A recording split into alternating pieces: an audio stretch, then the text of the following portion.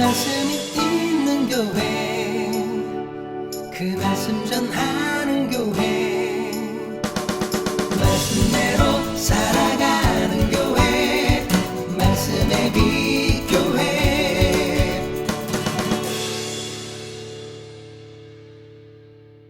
짐작이라는 제목으로 함께 말씀을 나누고자 합니다.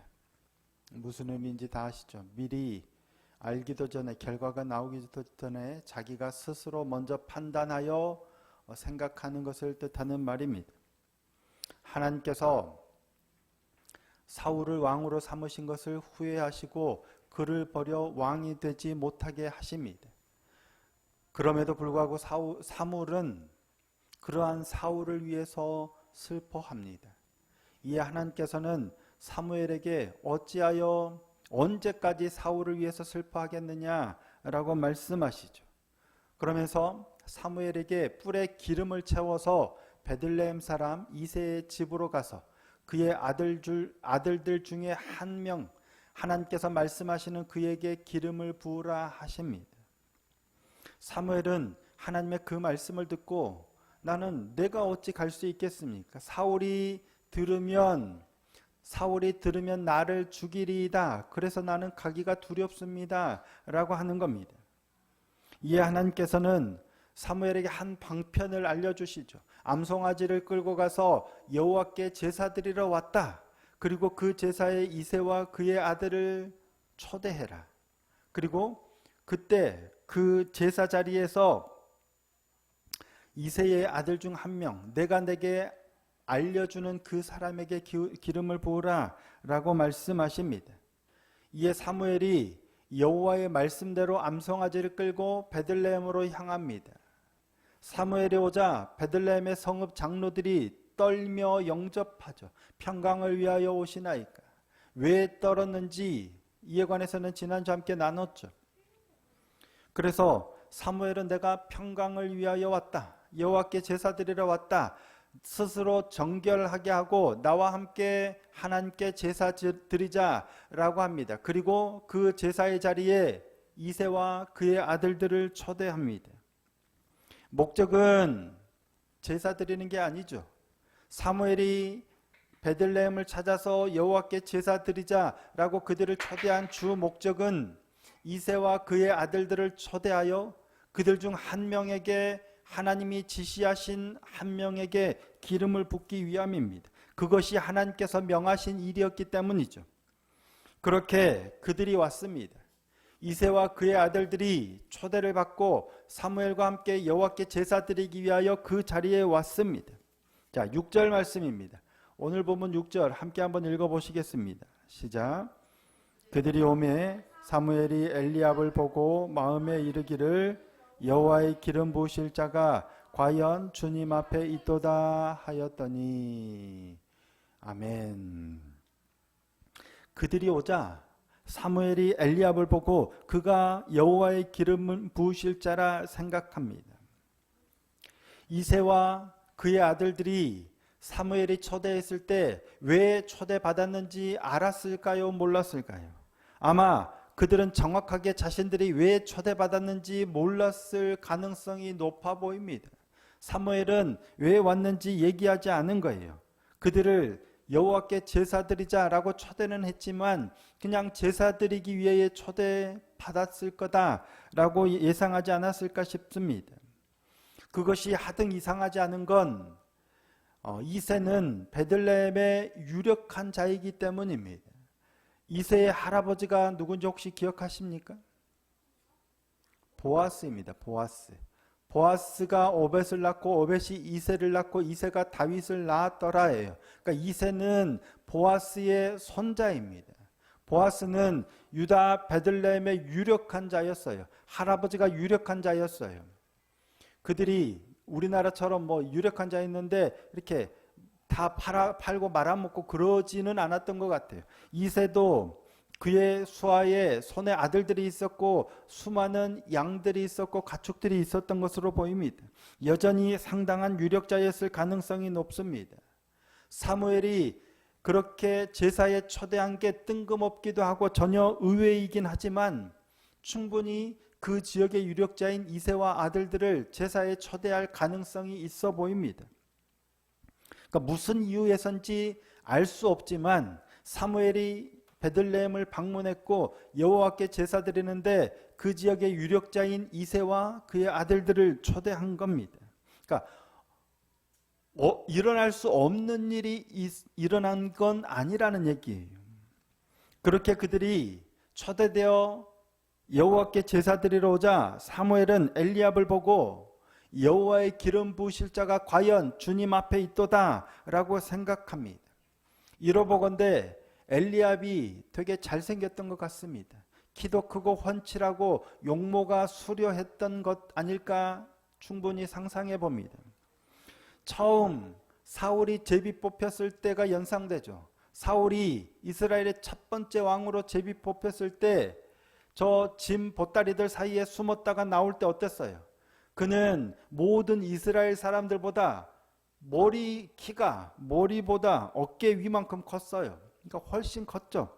더군다나 모든 백성 중에 짝할 이가 없었다라고 성경이 기록합니다. 자, 사무엘상 10장 24절입니다. 사무엘이 모든 백성에게 이르되 너희는 여호와께서 택하신 자를 보느냐 모든 백성 중에 짝할 이가 없느니라 하니 모든 백성이 왕의 만세를 외쳐 부르니라. 아멘. 모든 백성 중에 짝할 이가 없을 만큼 잘생겼던 거예요. 키도 크고 훤칠하고 그만큼 사울의 외모가 뛰어났어요. 엘리압을 처음 봤을 때 사무엘은 아마 그때와 비슷한 느낌이 아니었을까 싶어요. 그래서 엘리압을 보자마자 여호와께서 기름 부으실 자가 과연 주님 앞에 있도다 라고 경험적으로 느낌적으로 그렇게 느꼈던 것 아닌가 싶습니다. 그런데 이게 바로 질의 짐작이죠. 하나님이 택하신 왕은 그럴 것이다, 이러할 것이다 라는 선입견 때문에 질의 짐작해서 저 엘리압이 하나님이 택하신 자구나 라고 속단한 겁니다.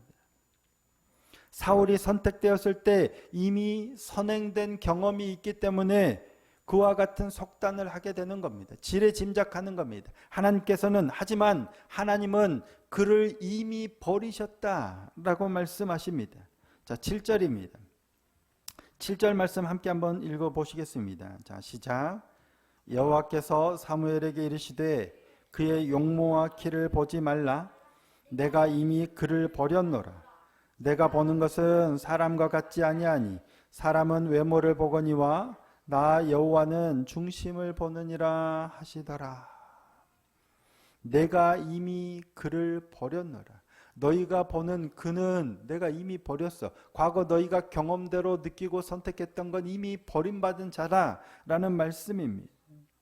사무엘은 이전에 있었던 경험으로 지금 보고 있는 거예요. 하지만 하나님은 그를 이미 버리셨다라고 말씀하십니다. 네가 이전의 경험으로 미리 지레짐작으로 이가 하나님이 택하신 자다라고 이것이 하나님의 뜻이다라고 속단하고 있지만 그는 이미 버리셨다는 겁니다. 게다가 하나님의 말씀도 있었기에 그것이 더욱 하나님의 뜻이다라고 생각하고 있습니다. 하나님의 말씀이 무엇이었습니까? 자, 3절 말씀입니다. 하나님의 말씀은 이겁니다. 이새를 청하라. 이새를 제사에 청하라. 내가 내게 행할 일을 가르치리니 내가 내게 알게 하는 자에게 나를 위하여 기름을 부을지니라. 이새를 제사에 청하라. 내가 내게 행할 일을 가르치리니 내가 내게 알게 하는 자에게 나를 위하여 기름을 부을지니라. 하나님이 말씀하신 거예요. 이새를 제사에 청하고 내가 내게 알게 하는 자에게 그에게 기름을 부으라는 거예요. 그래서 여호와의 말씀대로 하나님의 말씀대로 사무엘은 지금 암송아지를 끌고 와서 베들레헴에서 제사를 드리고 있고 제사에 이새와 그의 아들들을 초대했어요. 사울 왕의 죽음의 위협 앞에서도 사무엘은 지금 하나님의 말씀대로 순종해서 제사를 드리러 왔고 그 제사에 이새와 그의 아들을 초대했어요. 그리고 하나님께서 명하신 그 일을 지금 하고 있어요. 하나님의 말씀대로 순종하고 있으니까 내 지금의 판단이 하나님의 뜻에 부합하다라고 속단하는 겁니다. 아, 저가 여호와의 기름 부으실 자구나 라고 자신의 생각과 느낌이 하나님의 뜻에 부합하다라고 생각하는 겁니다. 지레 짐작하는 겁니다. 이게 바로 속단입니다. 가장 중요한 건 하나님께서 뭐라고 말씀하셨느냐예요. 하나님이 뭐라고 말씀하셨어요? 내가 내게 알게 하는 자에게예요. 아직 사무엘에게 알게 하지 않으셨어요. 이새와 그의 아들들을 초대하라. 그리고 내가 내게 알게 하는 자에게인데 그들이 왔을 때 하나님이 알게 하시기 전에 사무엘이 엘리압을 보고 스스로 생각한 거예요. 스스로 판단한 거예요. 하나님께서는 이새의 아들 중에 그의 첫째 아들이다, 엘리압이다 미리 말씀하지 않으셨습니다. 내가 내게 알게 하는 자에게 기름을 부으라고 하셨죠. 그가 누구인지는 말씀하지 않으셨어요.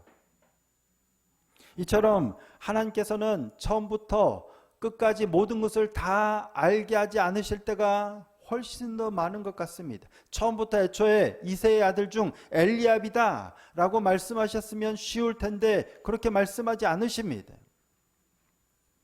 베드로에게 고넬료가 보낸 사람들이 왔을 때 하나님께서는 베드로에게 그를 따라 가라 라고 말씀하십니다. 하지만 무엇 때문에 가라, 가서 뭘 하라 라고는 말씀하지 않으세요. 그래서 베드로는 성령께서 말씀하시는 대로 그들을, 고넬료가 보낸 사람들을 따라서 고넬료의 집으로 가지만 그들이 무엇 때문에 자신을 불렀는지 모릅니다. 그래서 그들에게 나를 왜 불렀느냐라고 물어봅니다. 자, 사도행전 10장 28절 29절 말씀입니다. 함께 한번 읽어보시겠습니다. 시작. 이르되 유대인으로서 이방인과 교제하며 가까이 하는 것이 위법인 줄을 너희도 알거니와 하나님께서 내게 지시하사 아무도 속되다 하거나 깨끗하지 않다 하지 말라 하시기로 부름을 사양하지 아니하고 왔노라. 묻노니 무슨 일로 나를 불렀느냐. 하나님이 보내셔서, 이방인인 너희들이지만 하나님이 보내셔서 하나님의 명하심을 따라서 왔어. 하지만 무슨 일로 나를 불렀냐는 거예요. 왜 보내신지는 모르는 거예요. 이처럼 하나님께서는 모든 것을 다 알려주지 않으시고 그때 알게 하세요. 내가 내게 지시하는 그에게 기름을 부으라는 거예요. 그가 누군지 아직 말씀하지 않으셨어요. 그러면 그가 누구인지를 물어야 될 거 아니에요. 들어야 돼. 그런데 사무엘은 그가 누구인지 하나님이 말씀하시기 전에 자기 느낌적으로 자기가 판단해서 지레짐작해서 엘리압이 저 인물 보니까 저가 첫째고 인물도 뛰어나고 하나님이 마땅히 저에게 기름 부으실 것이다 라고 대답하는 거예요. 생각하는 거예요. 정작 중요한 건 그때 하나님께 물어야 합니다.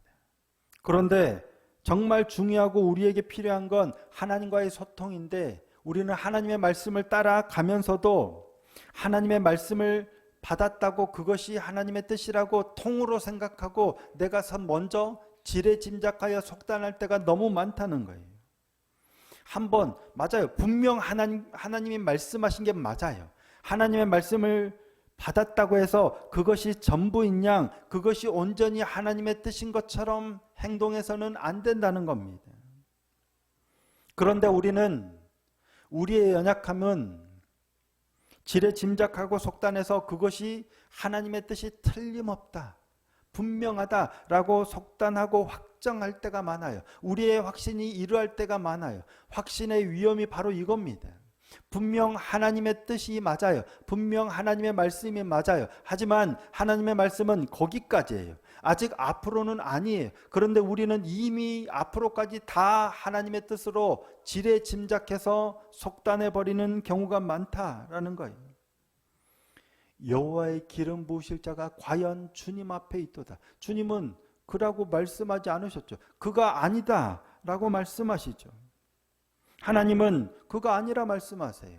엘리압이 아니라고 하시자 이새는 둘째인 아비나답을 사무엘 앞을 지나가게 합니다. 하지만 그도 아닙니다. 셋째 삼마를 지나가게 하지만 그도 아니에요. 아들 7을 다 사무엘 앞을 지나가게 하지만 한 사람도 여호와께서 그를 택하였다 말씀하지 않으십니다.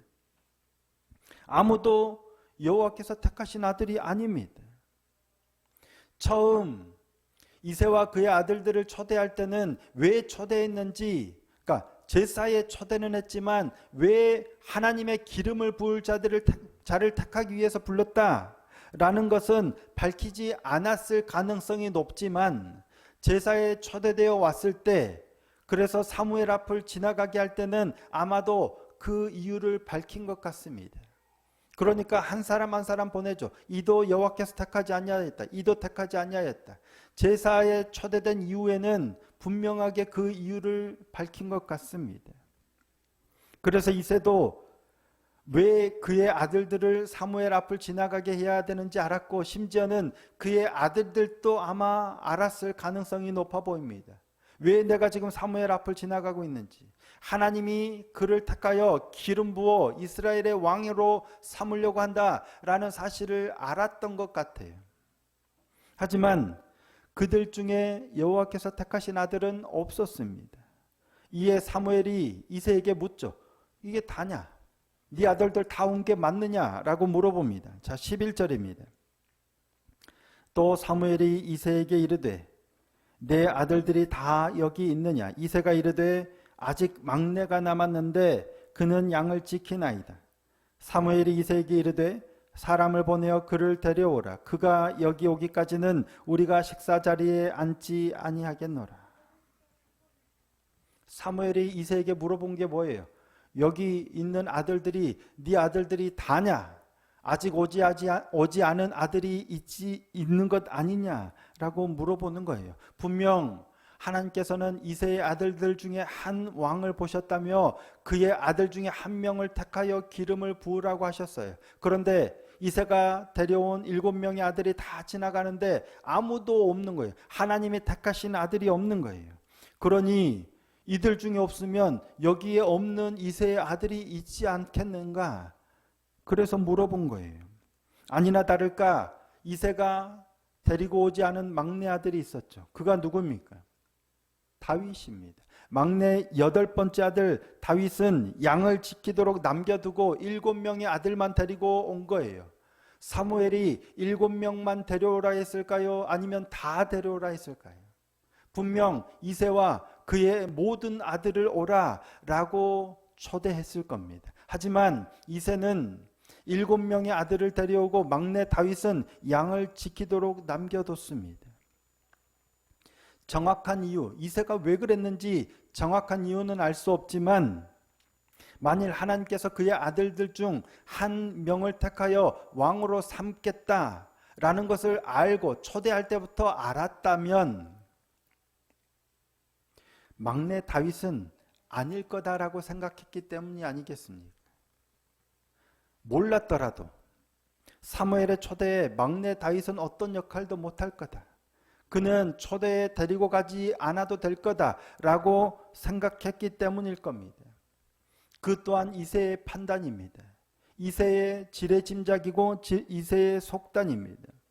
사무엘은 분명 이새와 그의 모든 아들들을 초대했을 겁니다. 하지만 이새는 막내 다윗을 양을 지키도록 남겨두고 왔습니다. 후에 블레셋과 전쟁할 때 이새는 다윗에게 곡식 한 에바와 떡 10덩어리를 가지고 형들에게 주고 치즈 10덩어리는 천부장에게 줘서 형들의 안부를 알아오고 그 증표를 가져오도록 보냅니다. 그때 다윗은 아침에 일찍 일어나서 양을 양 지키는 자에게 맡겨놓고 아버지가 명령한 대로 전장으로 달려갑니다. 그러보건대 양을 양 지키는 자에게 맡겨놓고 얼마든지 다윗도 움직일 수 있었던 겁니다. 그렇다면 사무엘이 이새와 그의 아들들을 초대했을 때 얼마든지 양 지키는 자들에게 맡겨놓고 다윗도 데려갈 수 있었다는 말이에요. 하지만 이새는 다윗을 데려가지 않았어요. 자기 스스로 속단하고 다윗은 데려가지 않아도 될 거다라고 생각하고 양 지키도록 남겨두고 다른 아들들만 데려간 겁니다. 그래도 충분하다라고 생각했기 때문이겠죠. 그런데 이새의 그러한 판단은 어쩌면 우리의 모습과 별반 다르지 않습니다. 우리도 뭔가를 가져오라 하면 최선을 다해서 가져갈지 모르지만 내가 지레짐작하여 어느 곳은 남겨놓고 가져갑니다. 이새만 그러는 게 아니라 심지어 사무엘도 그랬잖아요. 이게 우리의 보편적인 모습입니다. 하나님의 명령을 잘 따르고 여호와의 말씀을 따라 순종하고 있다는 사무엘조차도 지레짐작하여 속단하잖아요. 우리가 그럴 확률이 높습니다. 그럴 가능성이 높습니다. 그래서 더욱 매일 말씀 앞에 서야 하는 겁니다. 말씀을 따라간다고 해서 잘 하고 있다라고 안심할 수 없는 겁니다. 사무엘도 말씀을 따라서 순종함으로 잘 가고 있지만 그 안에서도 속단하고 지레짐작하는 일이 일어나잖아요. 하물며 이새처럼 어쩌면 우리는 사무엘보다는 이새에 가까울 텐데 그와 같이 행할 때가 얼마나 많겠습니까? 그래서 매일 매 순간 말씀 앞에 머물러야 하는데 중요한 그 이유는 뭐냐면 하나님과 소통하기 위함입니다. 하나님께서 처음부터 엘리압이다 라고 말씀하지 않으신 이유, 순간순간 하나님과 소통하고 교제하고 하나님과 동행하기 위함입니다. 엘리사가 수넴 여인이 아들이 죽었을 때 달려왔을 때 그가 괴로워하지만 하나님께서 알게 하지 않으셨다. 하나님께서는 그때 소통하시는 거예요. 솔직하게 진솔하게 우리와 순간순간 교제하고 소통하고 동행하기를 원하세요. 한번 다 알려주고 그냥 순종해서 쭉 가는 것, 이게 중요한 게 아니라 하나님은 우리와 늘 교제하고 늘 소통하기를 바라시는 겁니다. 그런데도 우리의 연약함은 어느 순간 내 경험에 따라서 내 판단대로 속단하고 지레짐작해서 잘못된 길을 갈 때가 정말 많은 것 같습니다. 특별히 믿음의 생활을 오래 했다 한 사람일수록 그럴 위험이 높습니다. 신앙이 얕은 사람은 자기가 알아요. 내가 잘 모르고 하나님도 잘 모르고 말씀도 모르니까 물어봐요. 하나님께 묻든 신앙의 선배들에게 묻든 이게 맞는지 물어보면서 가는데 신앙생활을 오래 하고 신앙이 견고한 분들은 오히려 그 판단과 경험 때문에 이게 하나님의 뜻이 맞다라고 하고 하나님께 묻지 않고 그냥 속단하고 지레짐작하고 그렇게 갈 위험이 높은 것 같습니다. 저 같은 목사는 더 위험하겠죠. 그러면서도 그것이 하나님의 뜻이라 그래서 자기의 신념이 위험한 거예요. 확신이나 신념이 나쁜 게 결코 아님에도 위험한 이유가 바로 거기에 있습니다. 그래서 하나님께 늘 뜻을 물어야 하는 겁니다. 다윗은 전장에서 하나님의 뜻을 듣고 승리했음에도 똑같은 상황에 또 묻습니다. 당연히 빼앗긴 아내와 가족들과 재물을 찾으러 따라가야 하는데도 당연한 일 앞에서도 하나님께 묻습니다. 그게 하나님이 바라시는 거니까요. 그래서 다윗이 하나님께 그렇게 사랑을 받았던 것 아닌가 싶습니다. 오늘 우리에게도 하나님이 바라시는 건 견고한 믿음, 신실한 믿음 좋습니다. 하지만 그것보다 더 하나님이 우리에게 원하시는 건 그때마다 하나님을 필요로 하고 하나님께 묻고 하나님을 의지하는, 그게 바로 믿음, 기대고 하나님의 도우심을 구하는 그러한 믿음이 아닐까 싶습니다. 내 경험과 내 이성과 내 신념에 따라서 그것이 틀림없이 여겨진다 할지라도 그때에도 하나님의 뜻이 무엇인지를 묻고 하나님이 원하시는 게 무엇인지를 물을 수 있는 믿음의 사람이 되기를 소원하고 축복합니다. 그러므로 지레짐작하지 않고 속단하지 않고 하나님의 뜻을 따라서 바르게 선택하고 믿음의 길을 걸어가는 저와 여러분이 될 수 있기를 예수님의 이름으로 축복합니다.